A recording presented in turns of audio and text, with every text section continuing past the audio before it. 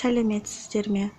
Бүгін мен сіздерге шифлера гүлі туралы айтатын боламын. Мына мендегі жасыл жапырақты шифлера. Бұның шифлераның түрлері өте көп. Менде алдында бір видео болған шифлера туралы, сода толық ақпарат айтып өткенмін. Және бүгін мен сіздермен өзін қалай сезініп жатыр, сол туралы бөліскім келіп тұр сіздермен. Мен апрельдің 5 күні бұны атроска ретінде сатып алғанмын. Королевский гераньмен бірге. Мен сіздерге суретінде көрсететін боламын. Мына содан бері 1,5 ай өтті. 1,5 айдың ішінде қарасаңыздар, сіздерге көрініп тұрса, тамыры сыртқа шығып кетті. Бұл тамырды өте жақсы өсіретін гүл екен.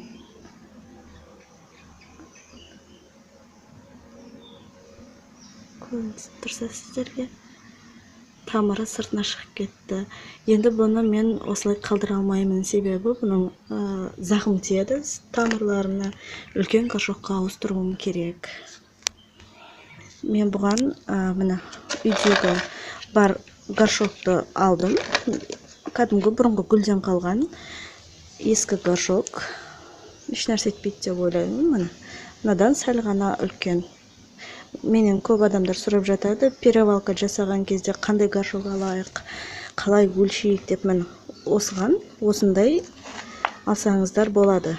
Ауыстырған кезде бір саусақ, жанынан 2 саусақ деген сияқты алсаңыздар, осындай көлемді алып келесіне ауыстырсаңыздар болады. Мен қазір осы горшокқа отырғызамын. Сіздерге отырғызып болып нәтижесін көрсететін боламын. Мінекей, мен шифлера гүлін өзінің горшогынан алдым. Қарасаңыздар, 1,5 айдың ішінде қандай тамыр өсірген. Қараңыздар, барлық горшокты толтырып тамыр өсірген. Өте тез әрі өте жылдам өсетін гүлдердің қатарында бұл гүл.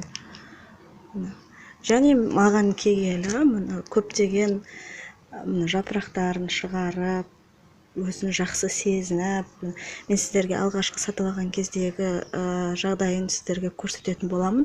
Бұл менде терезеде тұр. Азанғы уақытта күн түсетін бөлменің терезесінде тұр. Сол себепті мына горшогымды шығарып алдым. Енді мына горшокқа отырғызамын. Мінекей, мен шифлера гүлін басқа горшокқа отырғызып болдым. Өте тамыр жақсы өсірген. Осы неде горшокта өзін жақсы сезінеді деп ойлаймын. Тағы да 1,5 айдан кейін бұл горшок кішкентай болып қалмаса деп ойлап тұрмын, себебі өте жылдам өсіреді екен тамырында. Осылай отырғыздым. Бұның күтіміне келетін болсақ, мен күн сайын бұған су бүркеймін. Су бүркіп тұрамын. Топырағы кепкеніне қарай су құямын.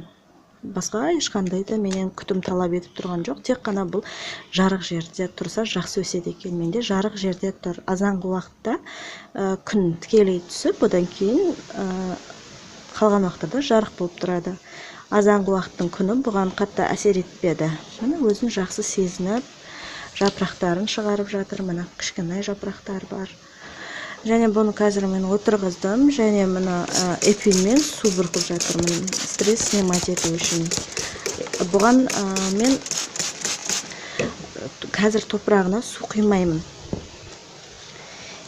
Неге десеңіздер, бұның мен кеше ғана құйған едім. Кеше азанғы уақытта ғана құйған едім суды. Сол себепті жаңа топырағы ылғалды екен. Сол себепті бұған су құймаймын. 3-4 күн өткізіп құямын.